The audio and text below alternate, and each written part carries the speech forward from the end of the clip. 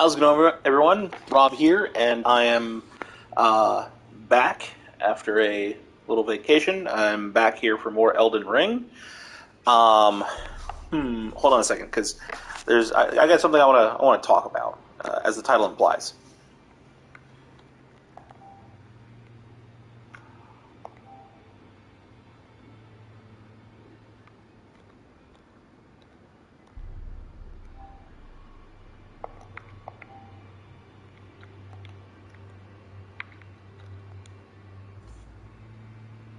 Okay, all right. Sorry about that. So, yeah, I am back. Um, we got some work to do on Elden Ring tonight, but first, I really wanted to take a little bit of time to talk about Sony's State of Play yesterday. I didn't get to watch it live. I had to watch it. I was at work. I managed to avoid all of the spoilers for it, except for Resident Evil 4, which really was an open secret, right? We knew Resident Evil 4 was coming as far as a remake was concerned, that it was getting the remake treatment like 2 and 3. So that wasn't really much of a surprise. It was a surprise that it was shown last night. I wasn't sure how soon we'd see it. I kind of thought maybe we might, because they did say it was third party for the State of Play this time around. So I thought, maybe we'd see it, but yeah, I wasn't really sure. So it was a surprise seeing it. That was really the only thing that got spoiled for me. Luckily, everything else I managed to avoid any other spoilers for social media, except for that one, which is good because it was also the first thing that it was shown off. And this was a hell of a State of Play. Like, I know not all the games that they showed off are PS4 or PS5 exclusives or Sony exclusives. Really, I think the only one...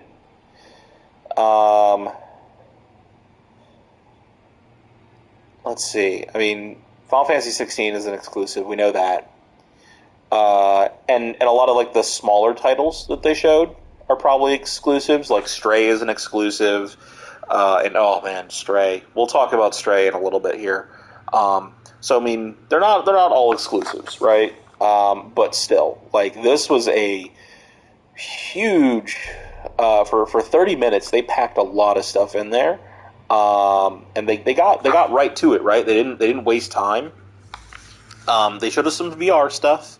They showed us VR for Resident Evil 8. They showed us Resident Evil 4, which I have to say I'm excited for. I'm not nearly as excited for Resident Evil 4 as I was for Resident Evil 2 and Resident Evil 3. It was only a matter of time before they did 4. As good as well received as Resident Evil 2 was, and as moderately received as 3 was, it was only a matter of time until they did 4. 4 is like the most popular game in the entire series. It is like the most beloved Resident Evil. I was glad to see it, but I'm not like super duper hyped about it. I have a little bit of a love-hate relationship with Resident Evil 4, because in my mind, Resident Evil 4 is kind of where the series started to go downhill. I don't think it's a bad game. I really don't. I think it's a good game. I think it's the last good Resident Evil game. And I'm speaking from 4 all the way onwards. 4 was the last good Resident Evil game. But it was also where the series started to show what it was going to become. It was very action oriented. They definitely were removing the survival horror stuff by introducing the Ganados, which, yeah, were, I don't know, they were all right enemies. They were cool because it was different, right? They could communicate and they could use weapons and they could run at you, and like had chainsaws and hatchets and all sorts of stuff, right? But I mean, fighting an enemy that was more human than monster, at least until their heads exploded and revealed the parasites, took the horror out of the survival horror element of the game, and it became more of a survival action game. Again, by no means is it a bad game, but I do feel like that was the beginning of the end for Resident Evil as far as the games that we had known before. Resident Evil 5 is where it really went off the rails. Let's face it. Resident Evil 5 is a huge blot on the franchise. Just a bad game overall that made some really poor decisions in its enemy designs and its setting, the portrayal of Sheva, and yes, it's a hilarious meme. It's funny. Chris boulder punching Redfield is just ridiculous. That game is just an action game. It's not even a horror game. It's not even scary at this point. It's just funny, right?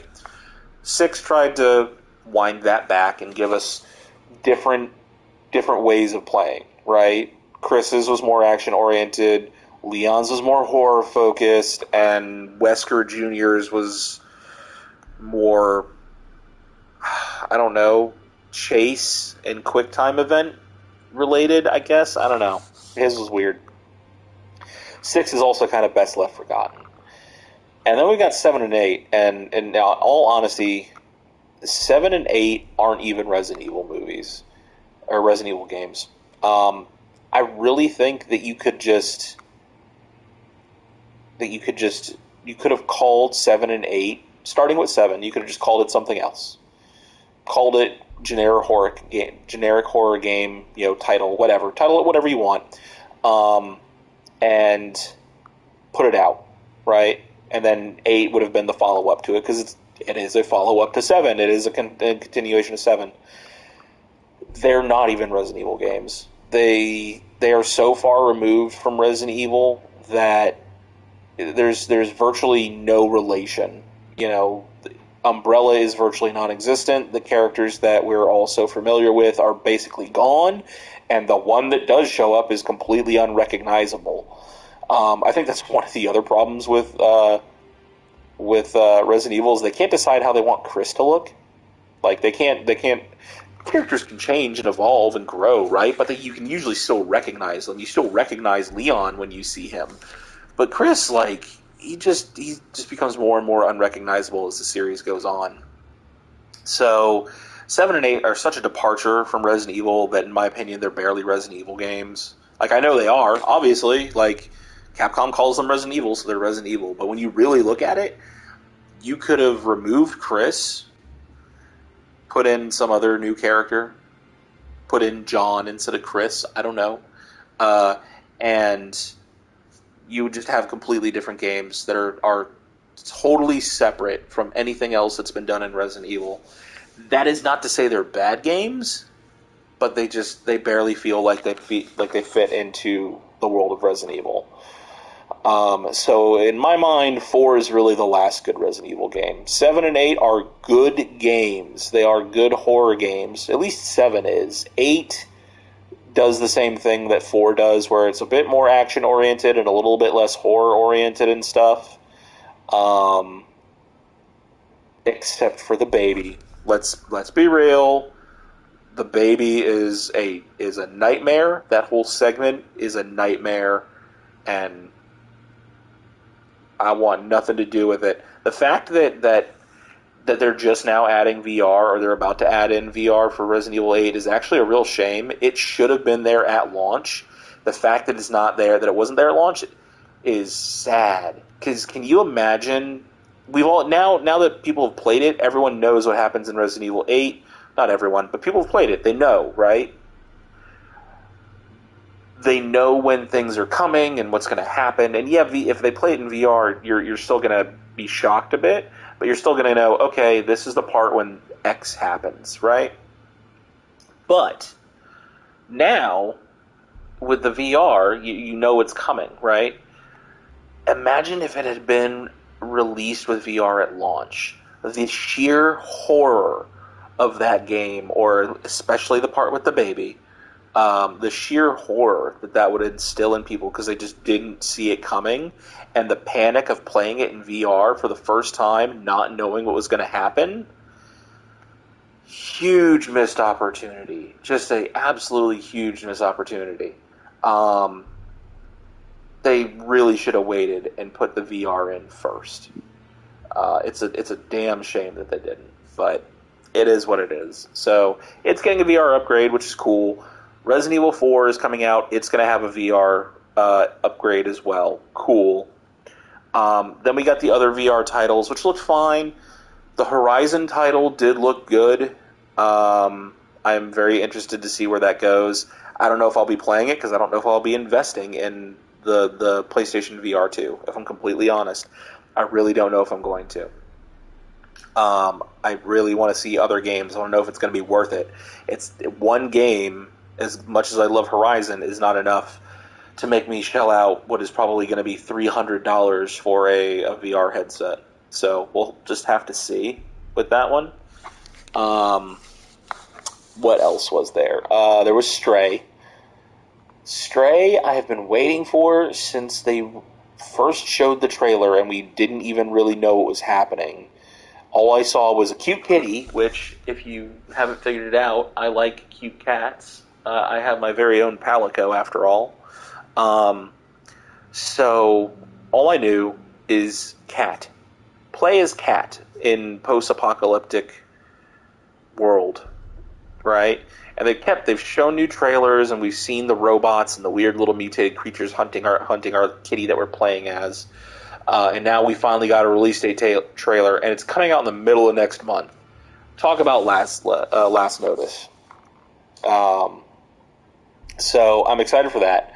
I do definitely intend on playing it. If anything happens to that cat, I'm gonna riot. If the ending to that game isn't you finding another cat and making a happy cat family and living happily ever after, I'm going to be pissed. Do not make me play this game as this cat and have something horrific happen to it at the end. Just don't. I will be so pissed off if something like that happens. So it's Stray. We had the Callisto Protocol, which does look good. The last time we saw it, it was just like a pre-rendered trailer, and it looked interesting. I know when I first saw it, as the trailer was going, I thought maybe we were getting an announcement for Dead Space 4, and it kept on going, and it kept on going, and I kept thinking, oh my god, this is Dead Space 4, and then it just ended up being what it is. A game created by the original creators of Dead Space, which is cool. And really quick, can we just say, Callisto Protocol comes out in December. The Dead Space remake comes out in January, at the end of January, and then Resident Evil 4 remake comes out at the end of March. December through March is going to be a very good couple of months for survival horror fans. Like, I gotta say. And I mean, they're going to be good games in general. But very good time for survival horror fans, for sure. So yeah. Definitely getting fed there. No matter which game you go with, I think they're all going to be great. I personally am looking most forward to the Dead Space remake. I am interested in Callisto Protocols. We'll have to see how it shakes out, what else comes out around that time. But it does look like a good game. I am very curious about it. I'd like to see just a little bit more gameplay and see what the engagements and the battles look like. The horror theme is definitely down. The body horror theme is there for sure. I'd like to just see a little bit more of what combat looks like before really making the decision on that one, whether I want to get that or not. So we had that. And what else? There were other little things like Rollerdrome, which, okay, fine. Looks fun. I'm sure there are people that'll be into that game. It's just not quite my jam. There was the anime light novel action game, which looked kind of cool, if I'm honest, but I really don't think that that's something that I would really look too much into. I don't think. Um, what else? What else? Obviously, there's two big things I'm not listing yet because I'm just trying to think of everything else that they showed off. There's Tunic. Tunic's coming to PlayStation, which is fine. Again, Tunic is a good-looking game. I've heard good things about it. It's just not quite my thing. So it's coming out, which is cool. But other than that, I'm not really hyped about it. There was the girl on the bike, the Seasons, right? Diary of Seasons or Memory of Seasons, whatever it was called. It was something with Seasons, right?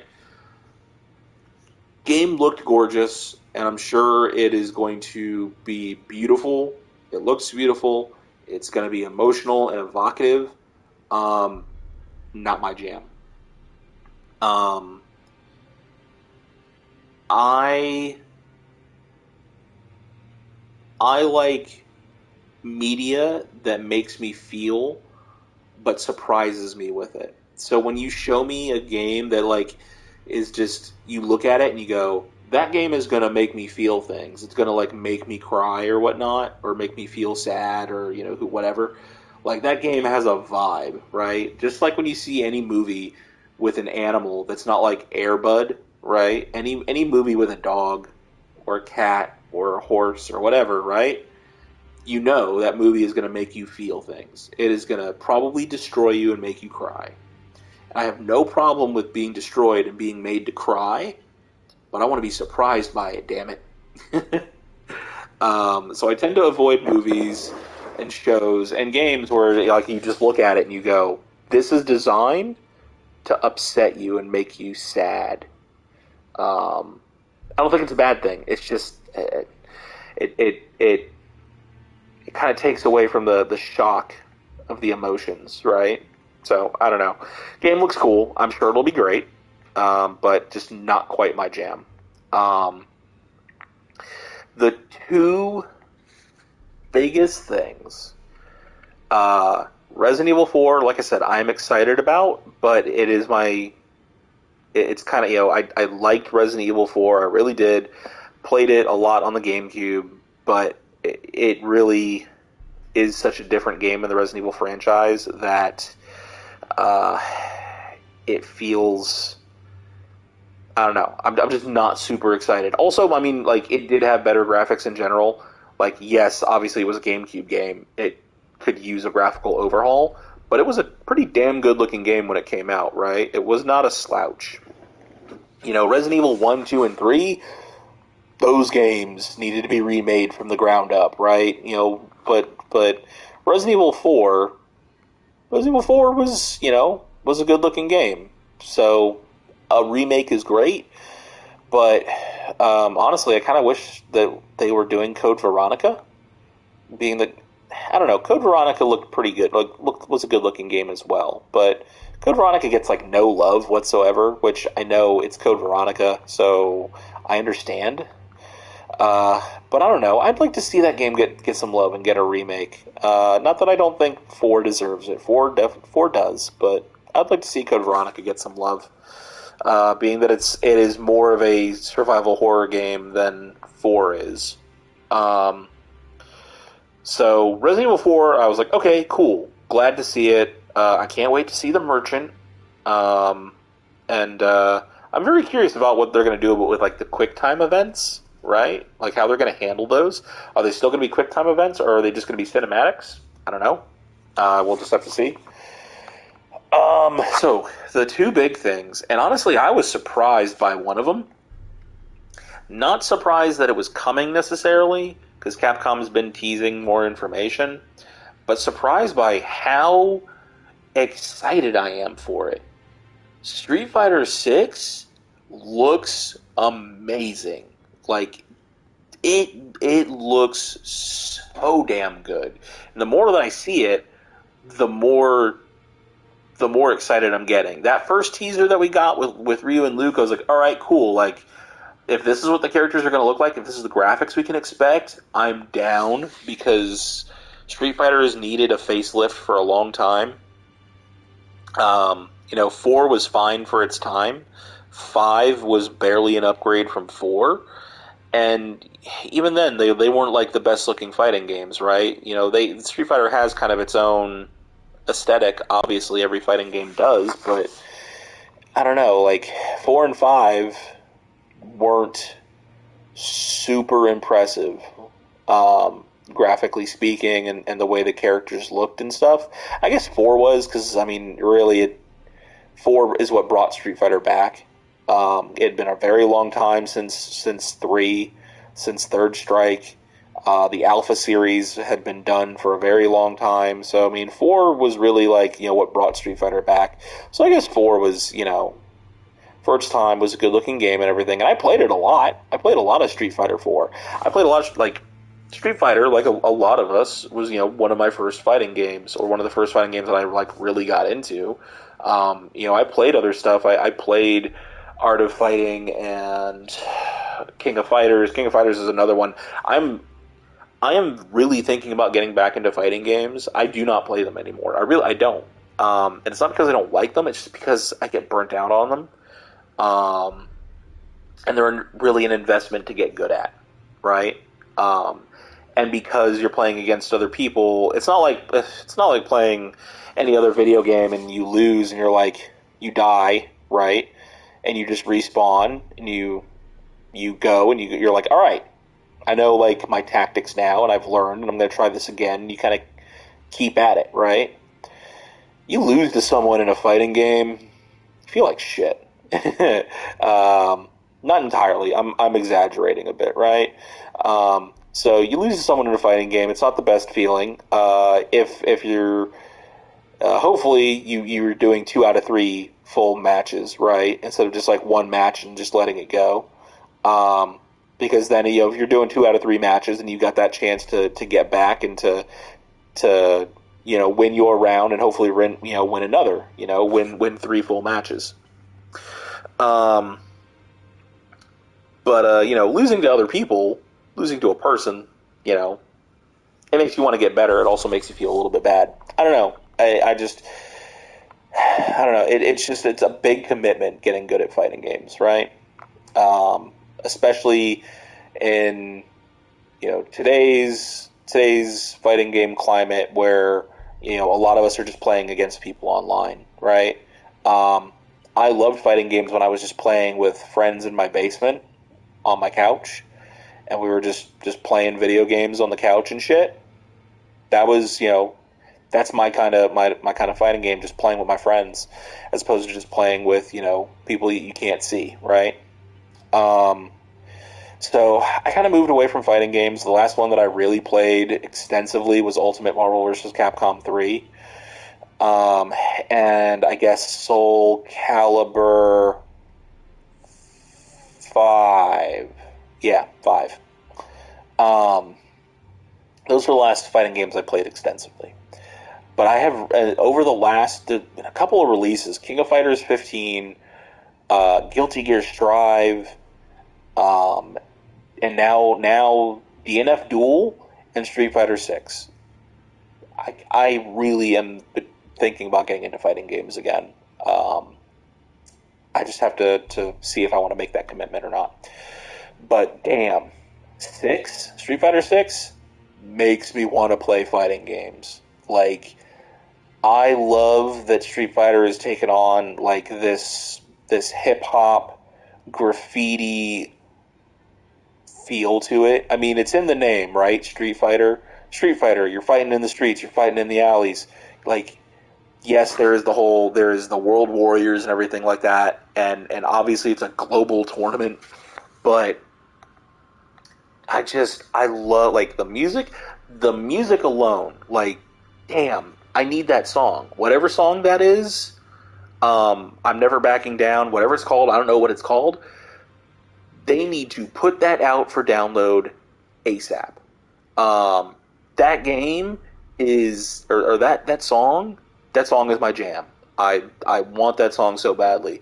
It hypes up the trailer so much. As good as the trailer looks, that music makes it.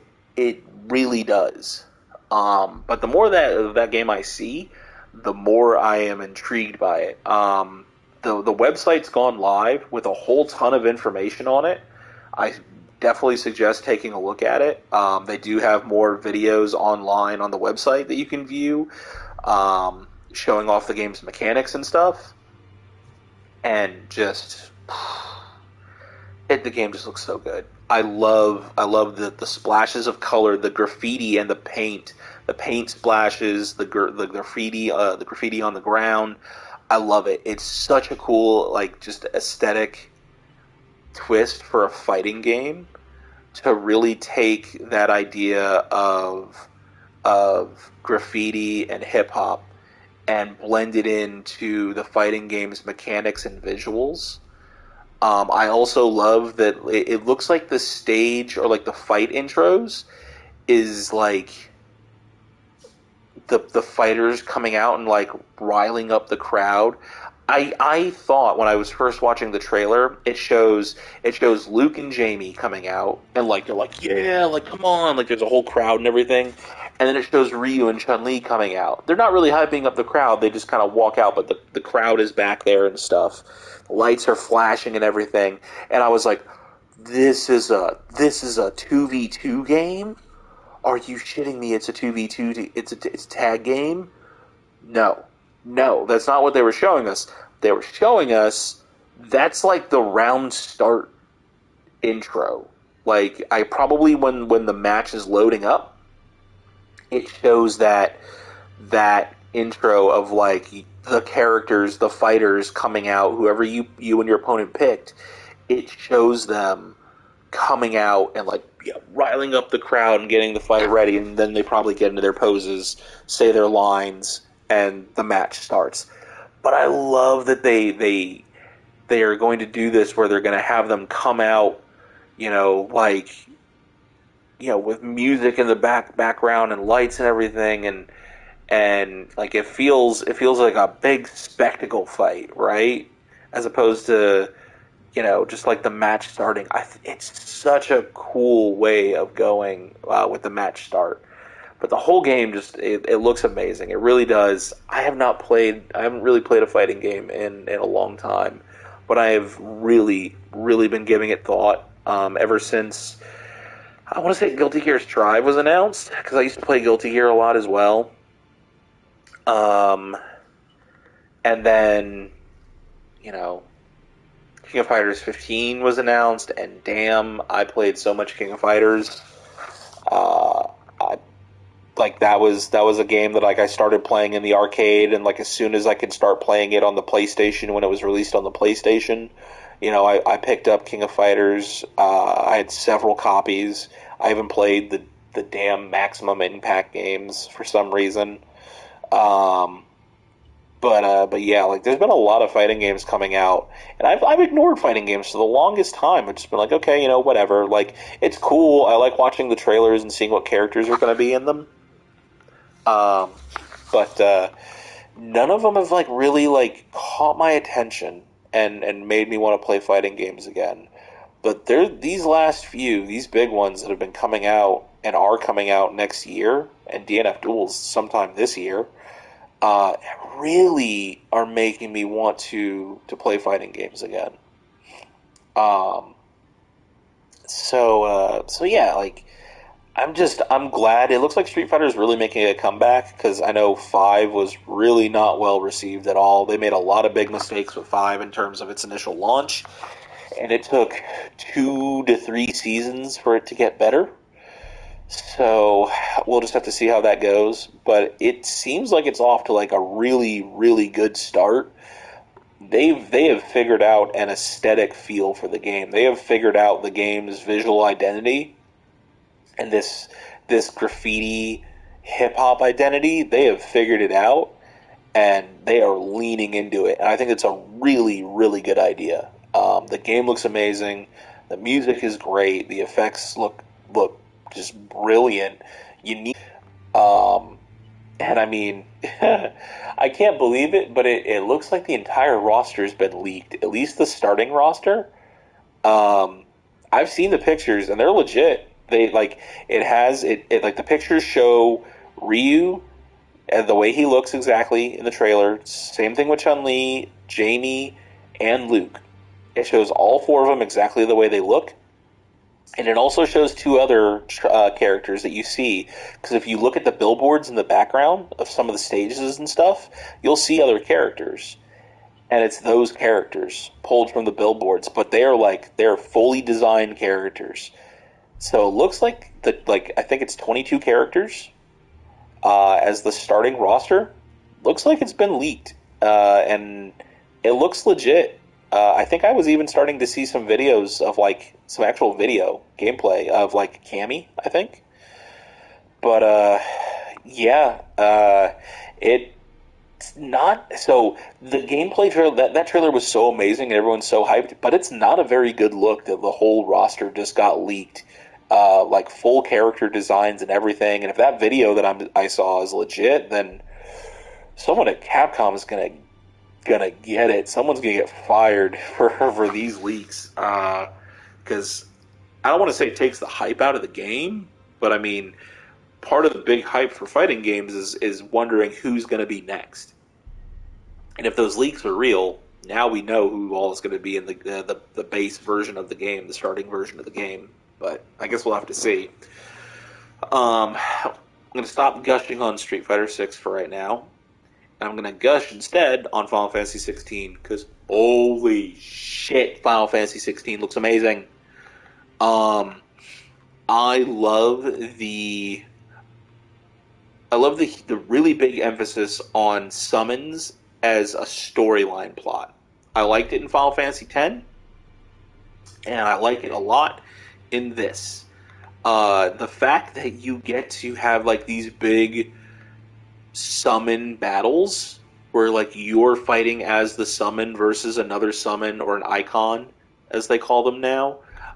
These huge icon battles, I am totally down for it. I didn't know I needed it.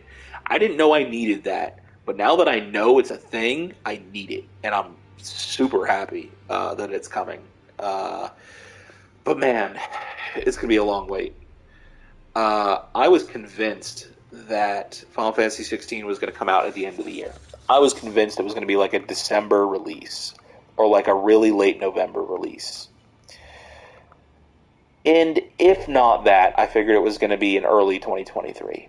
First 3 months, January to March, something like that. And instead, it's basically a year away, because they said summer of 2023. It's summer right now of 2023. So we got about a year wait for that, which it's fine. I'm excited for the game, but I will wait.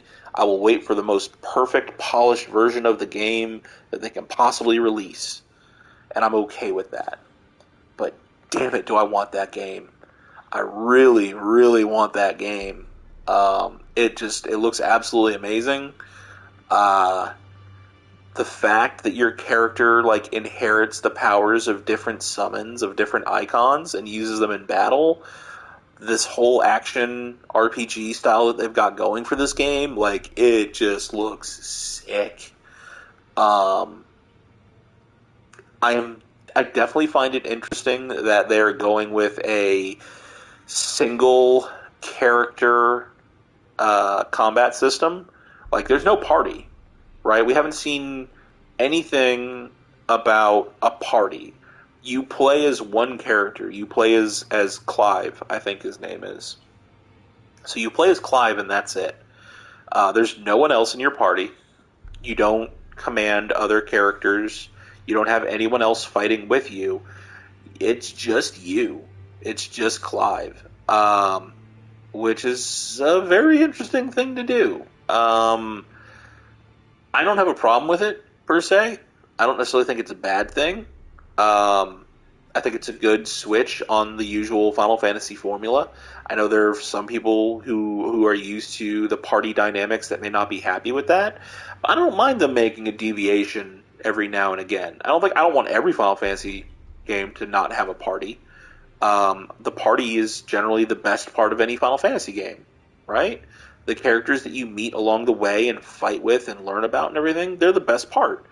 So the question is, how are they going to be able to do a good job of making us care about all the other characters in the game if they aren't characters that we're playing as or playing with as party members? how is that going to land emotionally with characters if they die or whatever, because this is definitely, it's a big war game that's going on. So it's interesting that it's just going to be Clive. It looks like, unless they pull. I mean, they could just be kind of hiding things, and they could pull out as a surprise, like, hey, here's, maybe it's, here's like 2 or 3 other characters that join your party or whatever, that you switch between. But I really don't think so. I think it's Clive. I think that's it. I don't think we're going to play as anyone else. Or even if we do, maybe it's just like brief. Maybe it's just like brief snippets where you play as someone else who Clive has met or something. I don't know. But it really feels like it's just going to have a narrow focus on a single character that you play as and no one else. And I don't think it's a bad decision.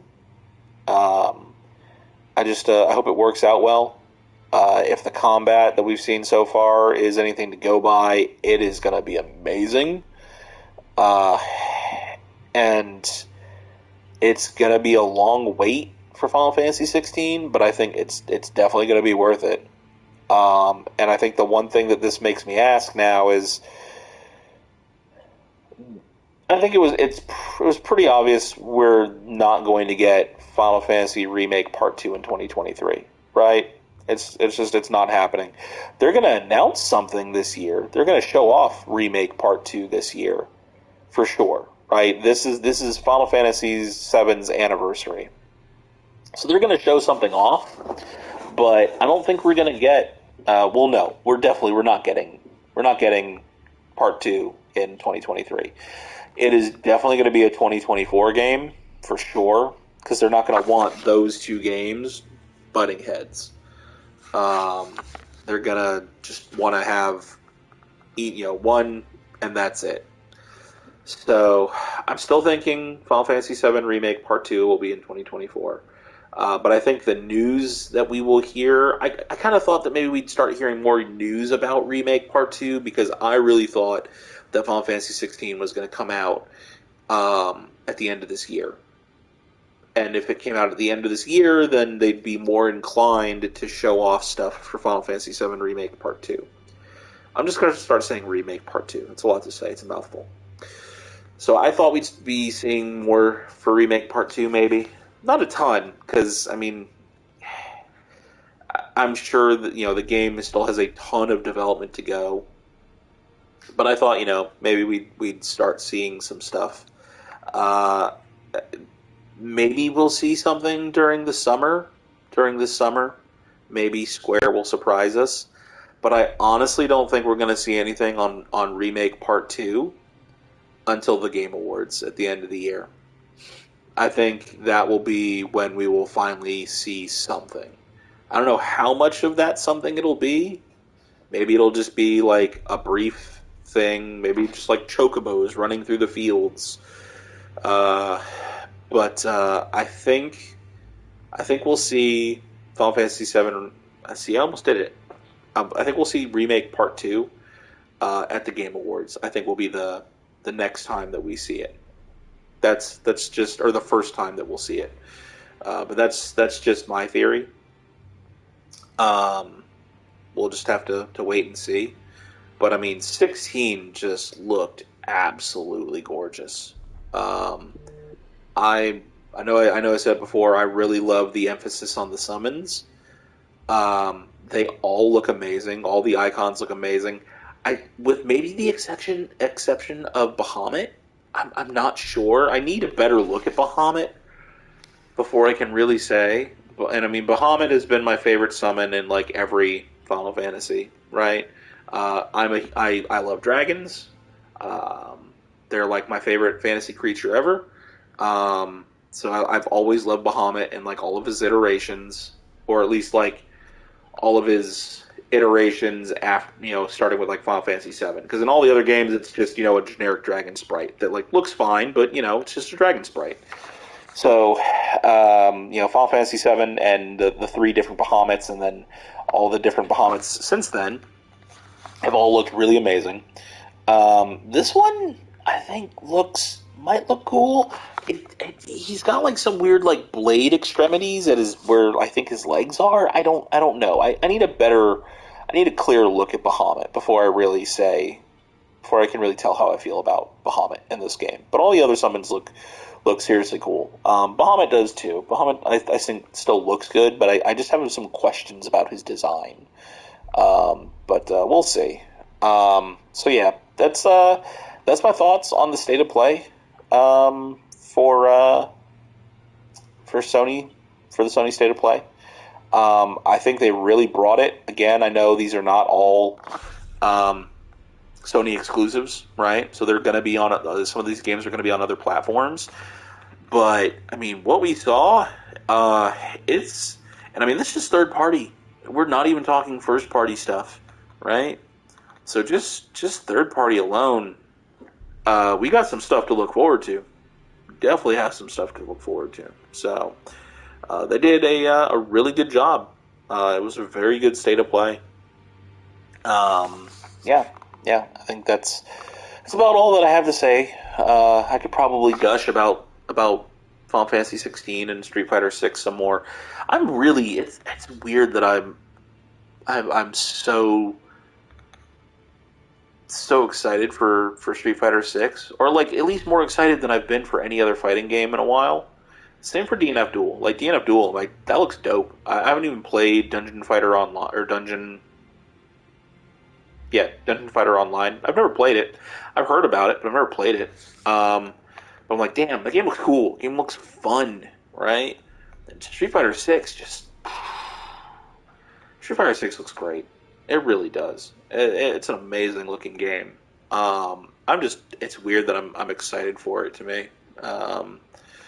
But I don't know. Maybe it's time to get back in touch with that part of me that really loved playing fighting games all those years ago. We'll have to see.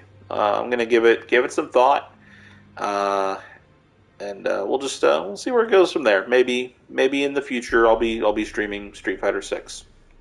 We'll see. Same thing with DNF Duel. Maybe, you know. But yeah. Enough about the Game Awards. I think it is about time to get to